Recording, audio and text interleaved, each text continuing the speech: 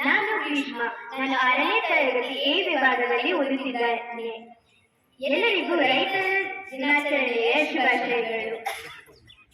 ಭಾರತ ಹಳ್ಳಿಗಳ ದೇಶ. ಹಳ್ಳಿಗಳಲ್ಲಿ ಜನರು ಕೃಷಿಯನ್ನು ಅವಲಂಬಿಸಿದ್ದಾರೆ. ಕೃಷಿಯನ್ನೇ ಅವಲಂಬಿಸಿ ಜೀವಿಸುವವರು ರೈತರು. ರೈತರು ನಮ್ಮ ಸಮಾಜದ ಬೆನ್ನೆಲುಬಾಗಿದ್ದಾರೆ. ರೈತರು ನಮ್ಮ ಸಮಾಜದ ಆಹಾರ ಸಮಸ್ಯೆಯನ್ನು ನೀಗಿಸುವವರು. ರೈತರದು ಕಷ್ಟಕರವಾದ ಬಾಳು. ಅದರಲ್ಲಿಯೂ ನೀರಾವರಿ ಸೌಲಭ್ಯವಿಲ್ಲದೆ ಮಳೆಯನ್ನೇ ಆಧರಿಸಿ ಕೃಷಿಯನ್ನು ಮಾಡುತ್ತಿರುವ ರೈತರ ಗೋಳು ಹೇಗೆ ಹೇಳಲಾರದು. ಹೀಗೆ ಆದಾಗ ಒಂದು ಸಾಯುವುದು ಅಥವಾ ಹಳ್ಳಿ ಬಿಟ್ಟು ಪಟ್ಟಣದ ಕಡೆ ಮುಖ ಮಾಡುವುದು ಎಂದು ರೈತರು ಹೇಳುತ್ತಾರೆ. ಹೀಗೆ ಹಳ್ಳಿಯಿಂದ ಬಂದ ರೈತನನ್ನು ಪಟ್ಟಣದ ಹುಡುಗರು ಕೊಟ್ಟ ಭರವಸೆಯನ್ನು ಒಂದು ನಾಟಕದ ಮೂಲಕ ವ್ಯಕ್ತಪಡಿಸಲು ಬರುತ್ತಿದ್ದಾರೆ ನನ್ನ ಸಹಪಾಠಿಗಳು.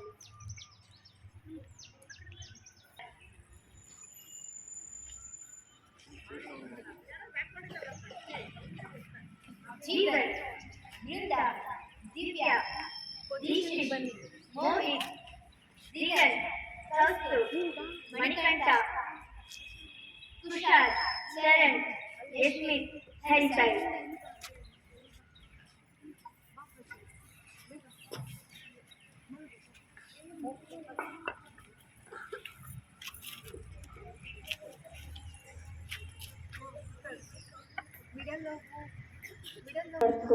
ಹತ್ರ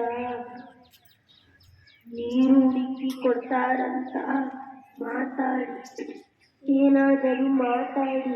ಏಕೆ ತಲೆ ಕೆಳಗೆ ಮಾಡಿ ಕುಳಿತಿದ್ದೀರಾ? ಏನಾಯಿತು?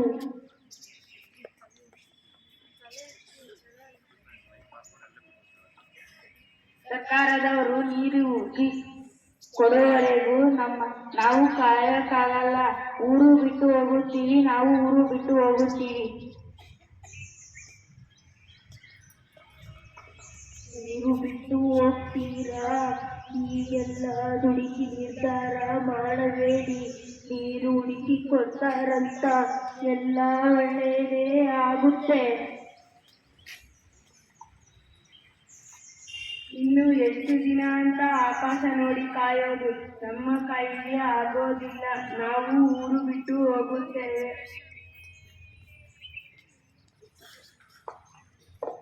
ಆಗಲ್ಲ ಮುತ್ತಪ್ಪ, ಆಗಲ್ಲ.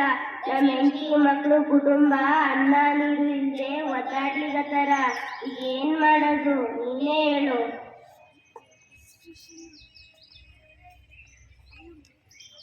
ನಾವು ಸಾಕಿರೋ ದನಕರಗಳು ಸಾಯ್ತಾ ಇದ್ದಾವೆ.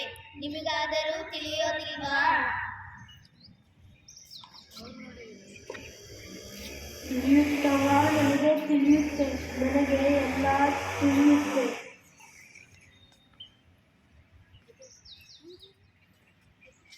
ಆಗಲ್ಲ, ನಾವು ಊರು ಬಿಟ್ಟು ಹೋಗ್ತೀವಿ.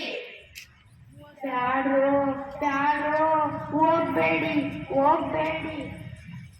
ಎಲ್ಲ ಹೀಗೆ ಹೋದ್ರೆ ಹಳ್ಳಿಯಲ್ಲಿ ಇರೋರು ಯಾರು? ಬಿದ್ದ ಮನೆಗಳು, ಹಾಳು ಬಿದ್ದ ಹೊಲಗಳು, ಇವತ್ತು ನಾಳೆ ನನ್ನಂತ ಜೀವಗಳು ನಿಮಗೆ ಆಸರೆ ಅಂದ್ರೆ ಯಾರಾಗ್ತಾರೆ? ಪಾಪ ಅವರಾದ್ರೂ ಏನ್ ಮಾಡ್ತಾರೆ? ಆ ಮಳೆರಾಯ ಕೈ ಕೊಟ್ಟ, ಬಿತ್ತೋರ ಬೆಳೆ ಕೈ ಬಿಟ್ಟ. ಸರ್ಕಾರ ಯೋಚನೆ ಮಾಡ್ತಾ ಇಲ್ಲ. ನಮ್ಮ ಕಷ್ಟ, ನಿಮ್ಮ ಕಷ್ಟ. ಅನ್ನ ಕೊಡೋ ಅನ್ನದಾತ ಹಸಿವಿನಿಂದ ಸತ್ತರೆ ಅನ್ನ ಕೊಂಡು ನೀವು ಸಾಯಲ್ವಾ? ಸರ್ಕಾರ ಬರ ಪರಿಹಾರ ಕೊಡುತ್ತೆ. ಅದರಲ್ಲಿ ಸಿಗಬೇಕಾದವರಿಗೆ ಸಿಗುತ್ತೆ ಅಷ್ಟೇ. ಅದರಲ್ಲಿ ಹಣ ಪಡೆಯುವವರು ಬಹಳ ಕಡಿಮೆ ಮಂದಿ. ಅಯ್ಯೋ,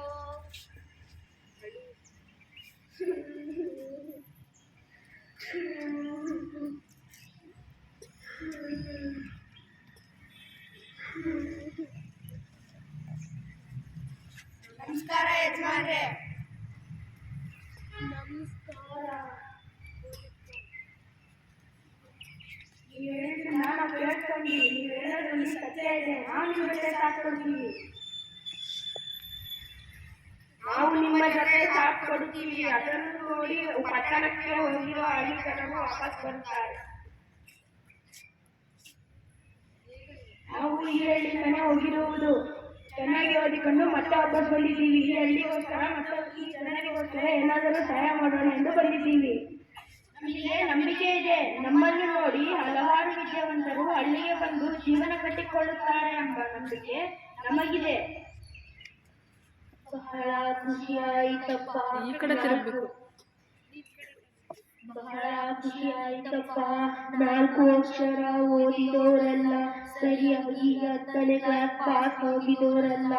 ಅಂತವರು ನಾನು ಹಳ್ಳಿಯಲ್ಲಿ ಇರೋದಿಲ್ಲ, ಒಕ್ಕಲ್ತನ ಮಾಡೋದಿಲ್ಲ ಅಂತಂದಾಗ ನಿಮ್ಮಂತ ವಿದ್ಯಾವಂತರು ಅವರಿಗೆ ಆಸರೆ ಆಗಬೇಕಪ್ಪ.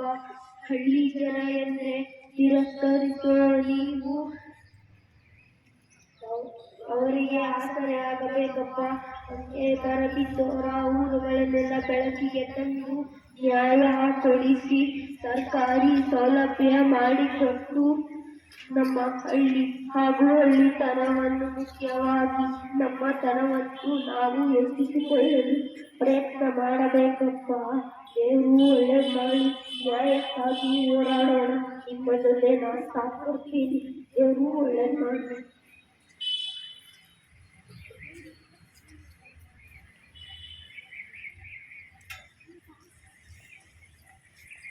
ಸತ್ಯಕ್ಕೆ ತಲೆಬಾಗಿ, ನ್ಯಾಯಕ್ಕೆ ಹೋರಾಡಿ, ಅಕ್ಷರವನ್ನು ಹಂಚುಣ್ಣಿ, ಹಸಿದವರಿಗೆ ಅನ್ನ ನೀಡಿ, ನೀರಿನ ದಾಹವನ್ನು ನೀಗಿಸಿ, ನಾಡು ನುಡಿ ನಮ್ಮ ಸಂಸ್ಕೃತಿಯನ್ನು ಬೆಳೆಸಿ,